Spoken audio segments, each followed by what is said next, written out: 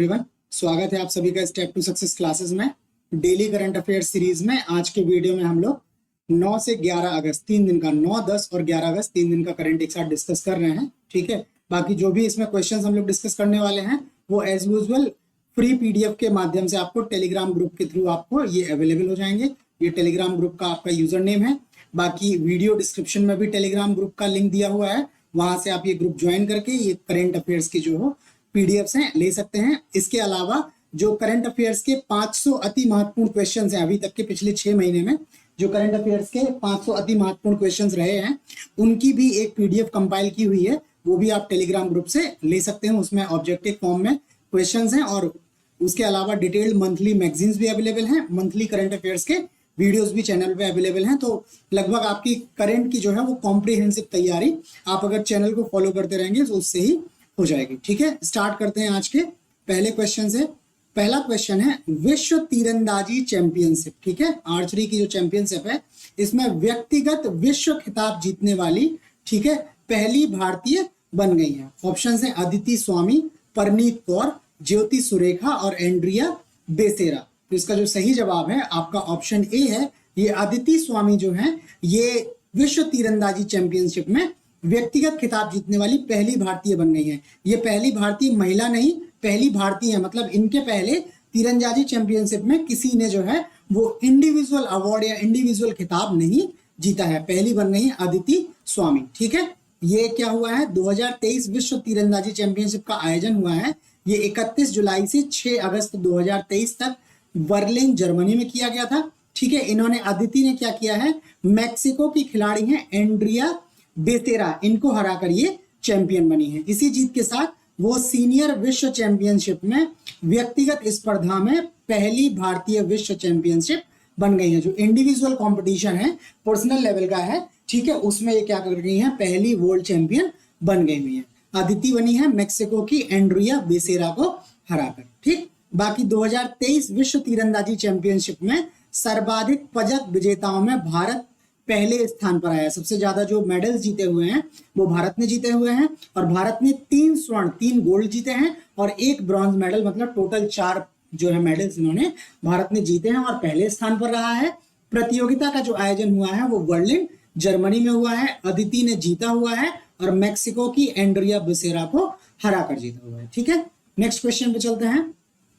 Next question है रक्षा मंत्रालय या डिफेंस मिनिस्ट्री सभी कंप्यूटरों में माइक्रोसॉफ्ट ओएस को स्थानीय रूप से निर्मित किस ओएस से बदलेगा। डिफेंस मिनिस्ट्री ने डिसाइड किया है कि जो भी कंप्यूटर मिनिस्ट्री में काम कर रहे हैं तो उन पर जो अभी तक माइक्रोसॉफ्ट का ओएस, जिसको आप लोग विंडोज भी बोलते हो, उसके स्थान पर क्या है, एक स्वदेशी निर्मित ओएस जो है ये लोग इंस्टॉल करेंगे। तो आपको बताना है उसका नाम क्या है। ऑप्शन है आपके पास iOS, ओपन काइलिन, माया ओएस और कलर ओएस। तो इसका जो सही जवाब है ऑप्शन सी है। ये माया ओएस नाम से एक ओएस जो है भारत ने डेवलप किया हुआ है और जो डिफेंस मिनिस्ट्री है वो अपने सारे जो उनके मिनिस्ट्री के जो कंप्यूटर्स हैं उन कंप्यूटर्स पे इस ओएस को इंस्टॉल करने वाला है। बाकी ये ओपन काइलिन जो ओएस है ये भी अभी हाल में चर्चा में रहा था। ये चीन का ओपन सोर्स ओएस है और जो iOS है और माइक्रोसॉफ्ट ओएस है इनको हटाकर ये ओपन काइलिन चीन भी क्या करने वाला है, अपने यहाँ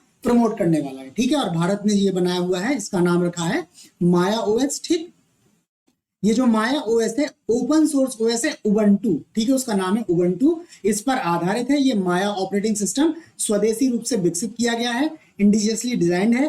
ठीक है, माया में विंडोज जैसा इंटरफेस और सभी कार्यक्षमताएं हैं और उपयोगकर्ताओं को अधिक अंतर महसूस नहीं होगा। जो इसका इंटरफेस बनाया हुआ है, जो अभी तक हमारे यहाँ कंप्यूटर्स में विंडोज यूज होती हैं, उसी को एडेप्ट करते हुए बनाया हुआ है काइंड ऑफ, जिससे क्या होगा, यूजर्स को नए ओएस पर काम करने पर बहुत ज्यादा डिफरेंस फील नहीं होगा। ठीक है, बाकी ये जो माइक्रोसॉफ्ट ओएस थे इनको बदलने का मुख्य उद्देश्य जो है वो भारत की रक्षा के साथ साथ महत्वपूर्ण बुनियादी ढांचे, जो इंपॉर्टेंट इंफ्रास्ट्रक्चर है, उस पर बढ़ते साइबर और मेलवेयर हमले से रक्षा करना है। जो कंप्यूटरों पर इंटरनेट के थ्रू हमला होता है उसको साइबरवेयर बोलते हैं और जो कंप्यूटर में वायरस आते हैं मेलवेयर्स हैं जो, ठीक है, तो इनके हमले से रक्षा करने के लिए ये ओएस जो है वो इंडिया ने डेवलप किया है और इसको विंडोज की जगह पे इसको इंस्टॉल करने वाला है।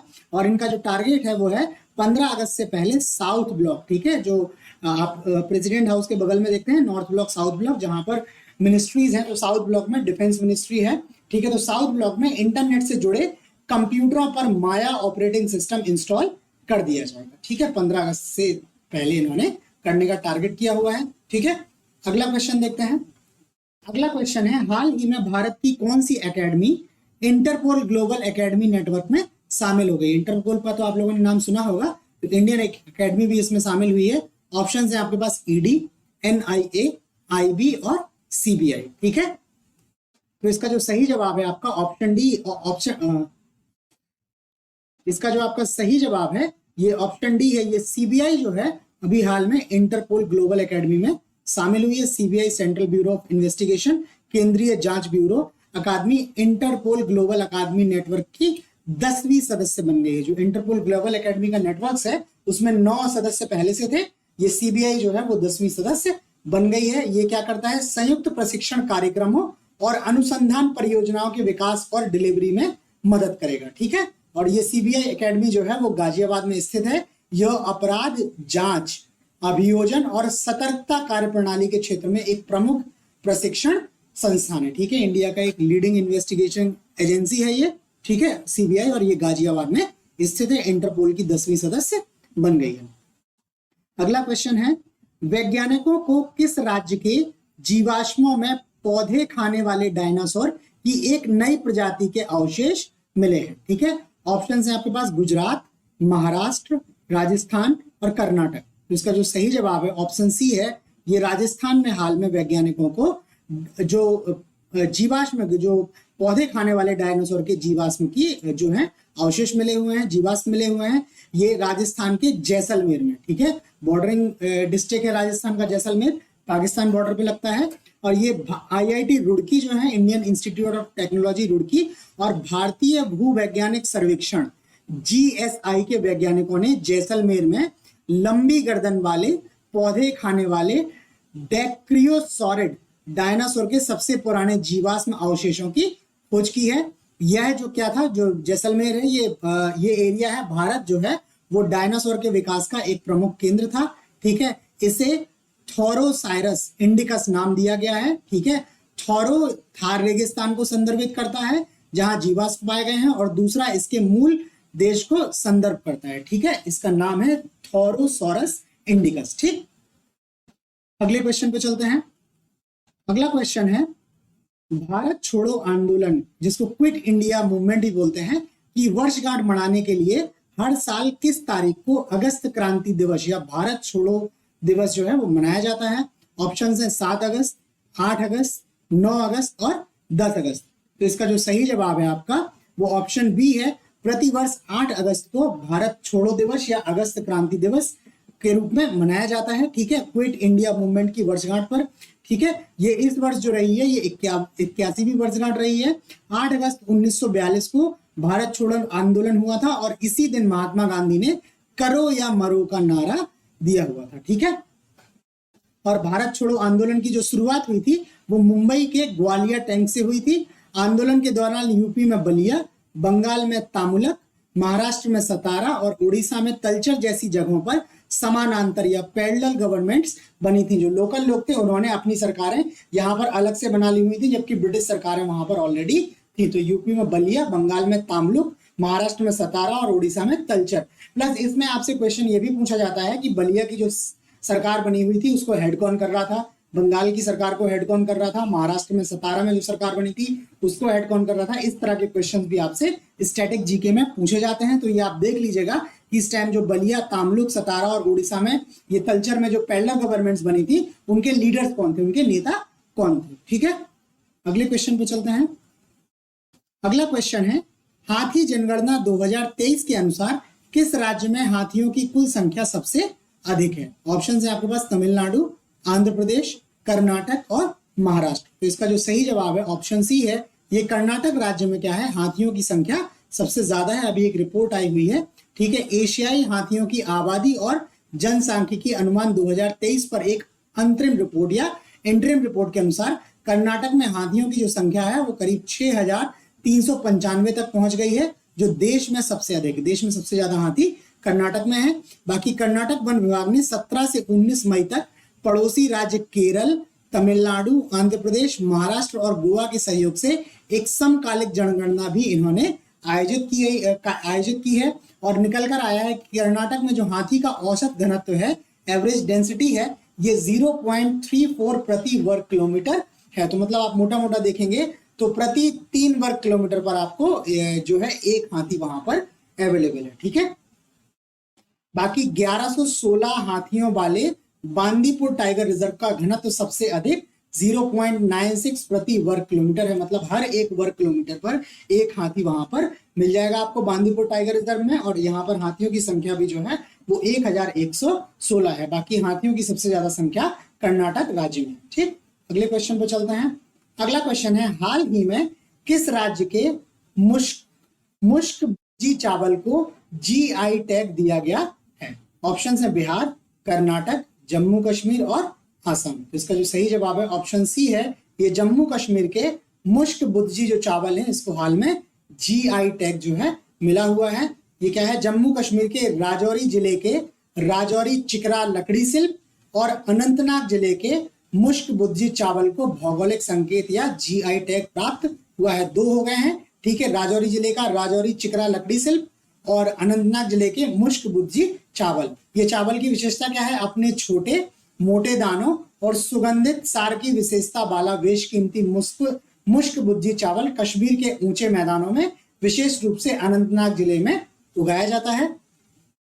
बाकी ये जो चिकरी काष्ठकला है, अपनी नाजुक शहद रंग की आकृति और कोमल महीन दाने वाली लकड़ी के साथ चिकरी की लकड़ी जम्मू प्रांत के पहाड़ी श्रृंखलाओं में पाई जाती है। ठीक है, तो उसी लकड़ी पर यह चित्रकारी होती है। तो जम्मू कश्मीर के 2 हो गए, एक चिकरी लकड़ी शिल्प हो गई और एक मुश्क बुद्जी चावल, इनको जीआई टैग मिला हुआ है। ये जीआई टैग आप ये सोचोगे कि बहुत सारे हो गए पढ़ने के लिए, तो कई बार हो सकता है आपको मैच करने के लिए आ जाए कि आपको 4 जो है आपको राज्यों के नाम दे दिए जाएं और बता दिया जाए कि ये आर्टिकल्स हैं में किसको कहाँ के लिए जीआई टैग मिला हुआ है। तो इस तरह मिलाने के लिए क्वेश्चन आ सकता है। ठीक, अगले क्वेश्चन पे चलते हैं। अगला क्वेश्चन है, हाल में किस ऑटोनॉमस अंडर वाटर वाहन, ठीक है, जो पानी के अंदर चलेगा, उस वैसे व्हीकल को भारत द्वारा बारूदी सुरंगों का पता लगाने के लिए लॉन्च किया है? ऑप्शन से सिंधुजा, नीरजा, सिंधुवीर और नीराक्षी। तो इसका जो सही जवाब है ऑप्शन डी है। ये नीराक्षी नाम से एक ऑटोनॉमस अंडर वाटर व्हीकल जो है वो भारत द्वारा लॉन्च किया गया है, जिसका उद्देश्य क्या है? जो बारूदी सुरंगों को पता लगाने के लिए ठीक डिजाइन किया है। और यह देश में अपनी तरह का पहला ऑटोनॉमस अंडर व्हीकल यूई 29 जुलाई को लॉन्च किया गया है। इसका जो निर्माण हुआ है वो कोलकाता स्थित युद्धपोत निर्माता garden rich ship builders and engineers limited और एमएसएमई इकाई एईपीएल ने संयुक्त रूप से नीराक्षी नाम से विकसित किया है। इसका उपयोग बारूदी सुरंगों का पता लगाने, बारूदी सुरंगें निपटान और पानी के नीचे सर्वेक्षण के लिए किया जाएगा। ठीक है, तो इसके लिए ये नीराक्षी नाम से ये एक व्हीकल जो है इंडिया ने डेवलप किया हुआ है।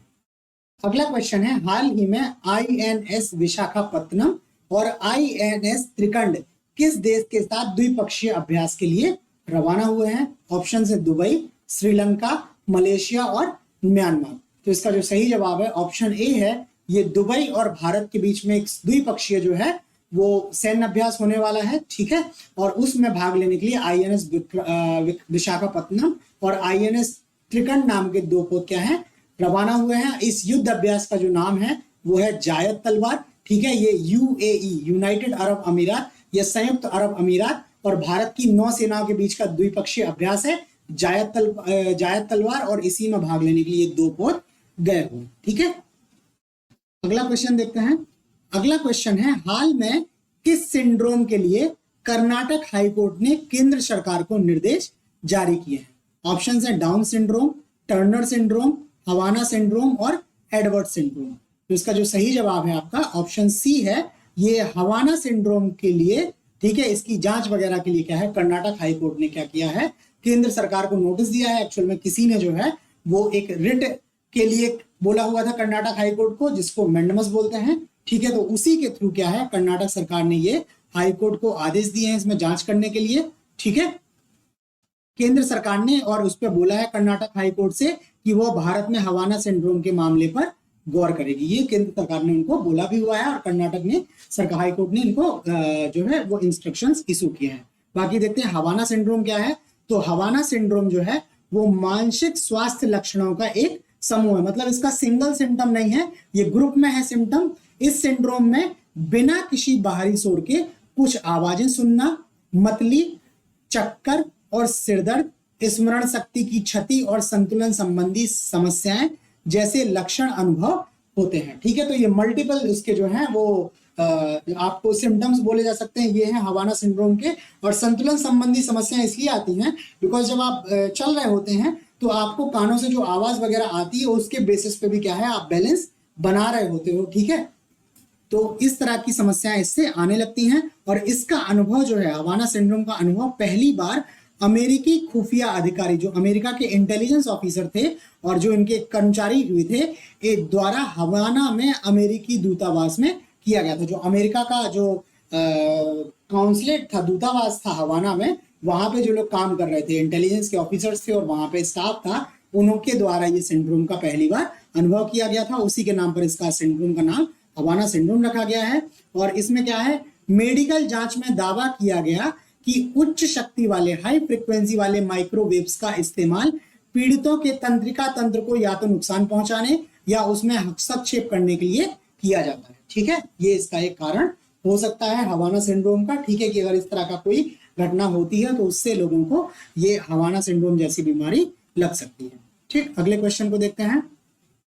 अगला क्वेश्चन है, भारतीय वायुसेना IAF इंडियन एयरफोर्स को spike non line of site, ठीक है, नॉन लाइन ऑफ साइट मतलब लाइन ऑफ साइट बोलते हैं, आपकी लाइन ऑफ साइट सीधी होती है, तो अगर कोई यहाँ है और यहाँ बीच में कोई ऑब्स्ट्रक्शन है, ठीक है, तो जिससे आप यहाँ नहीं देख सकते हो, आपको यहाँ घूम के देखना रहेगा, या यहाँ पे और यहाँ पे कोई ऑब्स्ट्रक्शन है तो आप सीधे नहीं देख सकते हो, तो आपको इस तरह से देखना पड़ेगा।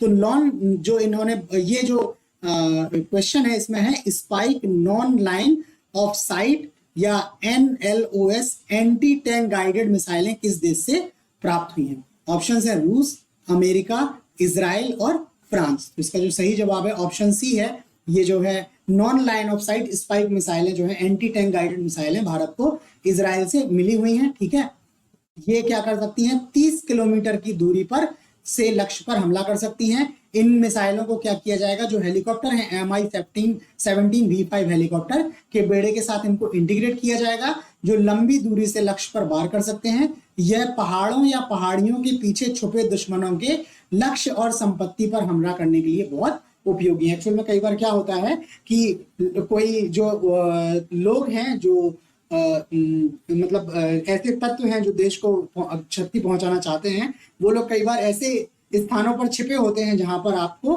मतलब इनकी लाइन ऑफ साइट जो है वो क्लियर नहीं होती है और वैसे में उन पर हमला करना टफ होता है। तो उस तरह की जो समस्याएं हैं, उन समस्याओं से निपटने के लिए ये मिसाइलें जो है भारत क्या कर रहा है, इजराइल से ले रहा है। ठीक है, स्पाइक जो है वो non line of site anti tank guided missile. अगला क्वेश्चन देखते हैं, ये आज का वीडियो का लास्ट क्वेश्चन है। विश्व एथलेटिक चैंपियनशिप 2023 में भारतीय दल का नेतृत्व कौन सा खिलाड़ी करेगा। ऑप्शन है नीरज चोपड़ा, शैली सिंह, संतोष कुमार T और तेजस्विनी शंकर। तो इसका जो सही जवाब है ऑप्शन ए है कि नीरज चोपड़ा जो है वो विश्व एथलेटिक चैंपियनशिप 2023 में भारतीय दल का क्या करेंगे, नेतृत्व करेंगे। ठीक है, ये जो चैंपियनशिप होने वाली है ये 19 से 27 अगस्त तक हंगरी के बुडापेस्ट में होने वाली है। ठीक है, हंगरी देश है, वहां बुडापेस्ट शहर है, उस शहर में ये 19 से 27 अगस्त तक होंगी। ठीक है, ये विश्व एथलेटिक चैंपियनशिप है, इसका यह 19वां संस्करण है। ठीक है, आयोजन इसका विश्व एथलेटिक्स और हंगेरियन एथलेटिक्स एसोसिएशन द्वारा इसका आयोजन किया जा रहा है। इसमें 15 भारतीय खिलाड़ी पहली बार विश्व चैंपियनशिप में हिस्सा ले रहे हैं और जो शैली सिंह है ये भारतीय दल की सबसे कम उम्र की सदस्य हैं। 15 खिलाड़ी हैं जिसमें नीरज चोपड़ा नेतृत्व कर रहे हैं, एक नाम हो गया शैली सिंह, 13 और इसमें खिलाड़ी हैं और शैली सिंह जो है वो सबसे कम उम्र की सदस्य। ठीक है, तो आज करंट अफेयर्स में इतना ही। बाकी आपको ये वीडियो कैसा लगा, क्वेश्चंस कैसे लगे, प्लीज हमें लाइक करके कमेंट करके जरूर बताएं। चैनल को सब्सक्राइब नहीं किया है तो आप चैनल को सब्सक्राइब कर लें और नोटिफिकेशंस भी ऑन कर लें ताकि नए अपडेट्स के बारे में आपको टाइमली इन्फॉर्म करता रहे। और जो नए लोग हैं उनको मैं बता दूं कि आप चैनल को फॉलो कर लीजिए। हमारा पूरा प्रयास है कि करंट अफेयर्स की जो है पूरी की पूरी तैयारी आपको इन वीडियोस के माध्यम से जो डेली बेसिस पे हैं मंथली बेसिस पे हैं, डेली बेसिस के पीडीएफ्स हैं, मंथली बेसिस के पीडीएफ्स हैं, मंथली बेसिस के मैगजीन्स है करंट के, ठीक है, और मंथली बेसिस के और ट्राई मंथली बेसिस और 6 मंथली बेसिस के जो इंपॉर्टेंट क्वेश्चंस हैं उनके पीडीएफ के रूप में आपकी समग्र रूप से करंट अफेयर्स की तैयारी करवाई जा सके। ठीक है, तो आज इतना ही, बाकी नए वीडियो नए क्वेश्चंस के साथ कल मिलते हैं, तब तक के लिए धन्यवाद।